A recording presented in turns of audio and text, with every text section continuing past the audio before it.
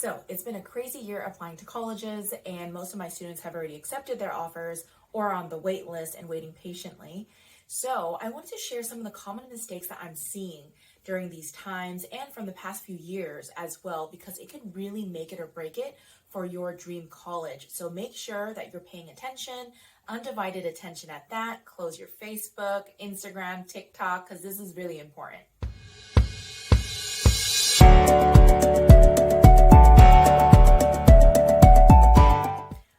My name is Tiffany Fu. I'm a college and career advisor helping hundreds of students get into top universities and planning for their long-term career path. I have a background in recruitment as well, so I know exactly what top companies are looking for in students as well as professionals.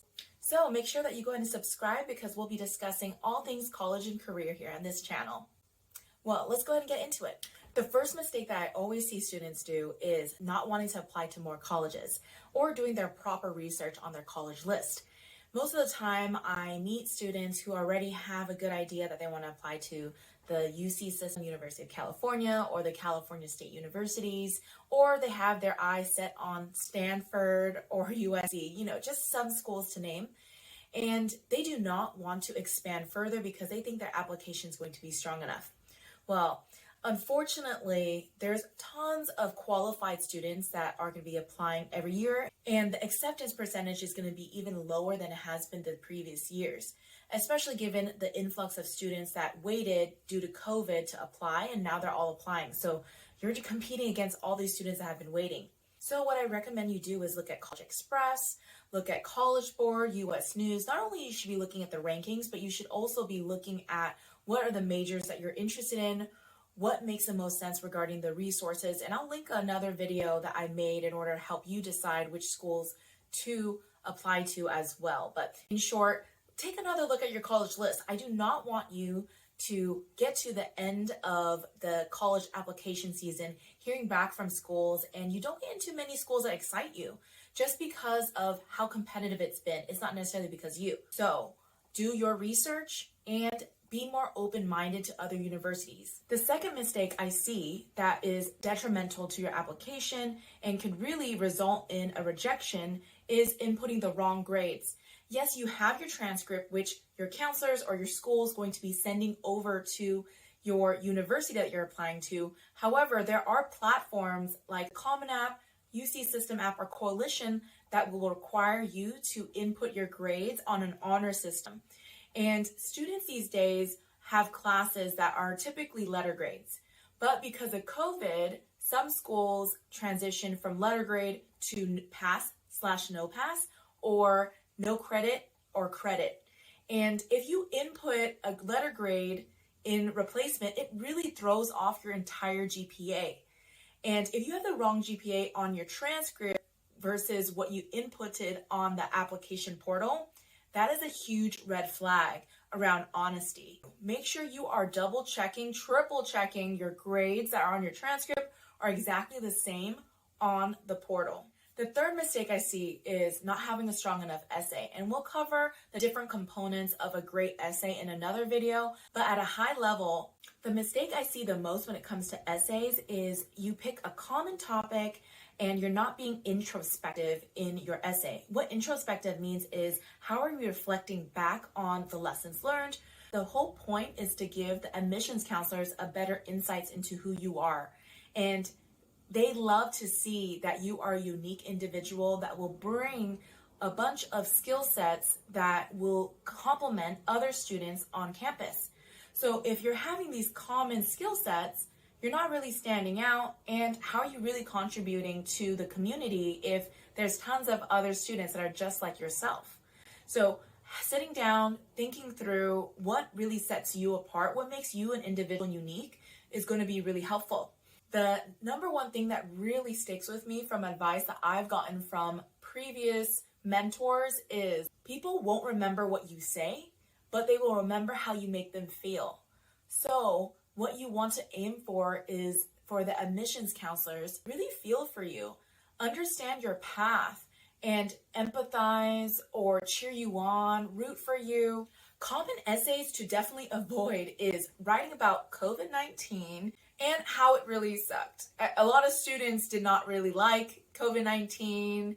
It has impacted the majority of us mentally, physically, affected our relationships with others. However, if you're just talking about the very common side effects of COVID-19, that's not going to be really impressive. What might be more helpful if you do want to write about COVID-19 is to either save it for the additional comments section in your application portals, because they will have those different available sections. So consider if it's significant enough to write its own essay, go ahead and do that. I don't want to dissuade you from doing that, but I want you to know there's another option for you to add that in the additional comments. Another essay topic to definitely not write about is how you got that bad grade and now you have an A or a B. We've all had really tough classes. We've all had that really rough teacher that we didn't get along with, and they probably gave you a bad grade because of their mood. But that's not quite unique. A lot of other students are going through that as well. I would really challenge you to think through other trials and tribulations, some adversity that you overcame that's beyond the academic space. And that's what the additional comments section is for. Once again, if you had a bad grade, there's different opportunities on the application. Make sure you view that and make that educated decision before you intentionally place your explanations in certain areas. Just two more things about the essays, because this is such an important topic, is not having a strong enough introduction. How many of us don't sit through a whole movie if the introduction is boring or straightforward? I've seen students answer certain prompts by literally answering in the first sentence. This is who I am, and this is what I believe in, and this is what I want to be. All right, I guess I don't have to read the rest of the essay to know this. So it could be automatic moving over to the rejection pile, because these admissions officers are reading hundreds and thousands of essays over the course of months, and it gets exhausting hearing the same thing over and over again, and especially if it's not creative. Last thing about essays is do not get caught repurposing your essays for another school. And I encourage students like yourselves to be efficient when you're writing essays, because they're all quite similar and it's about you. I totally understand you're busy, but proofread your work, double, triple check that you actually answered the prompt, because these admissions officers are really smart and very savvy. They've been doing this for years.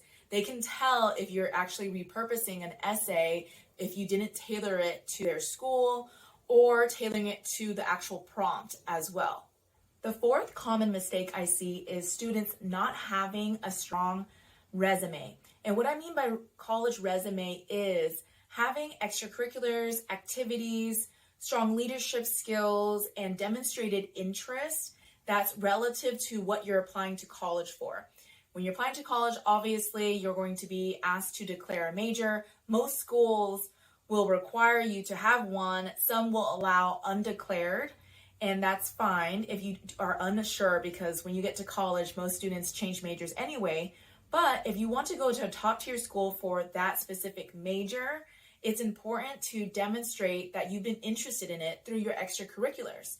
And your essays is verbiage of what you say you're interested in, but your evidence is going to come through your resume. These common applications, UC System, Coalition, all these platforms are going to have anywhere from 10 to 20 different activities for you to input. It's highly important to utilize your summers, your after school time, to demonstrate your interest in, say, you want to apply to computer science as a major. You should be doing extracurricular that's related to the STEM field. Tutoring, doing projects that are focused on math, making a YouTube video about solving math problems, for example. There's a lot of different creative ways to express your interests that are beyond traditional path, like your clubs and associations. And another note on this is it's all about quality, not quantity. I've heard other students as well as advisors say max out the amount of activities that you can input. Sure, you might forget some activities that will actually count, and we'll talk about the activity section in another video and the common mistakes students are making, but I really want to demystify that you need to add in as many extracurriculars as possible, because how are you as a student expected to maintain a perfect GPA, well, a really near perfect GPA, score high in the SAT, ACTs, do all these extracurriculars and still be sane. That's definitely not what the admissions officers and colleges are looking for, is a zombie who is able to stay up all day and be perfect. But what they want to see is you're interested in these different topics, because if you are going to be entering in a career field, you would need to work really hard. And if you're going to work hard, you need to be passionate and excited about that topic. And the only way that we'll know that you're actually going to be excited about those topics is if you demonstrate it in your activity section.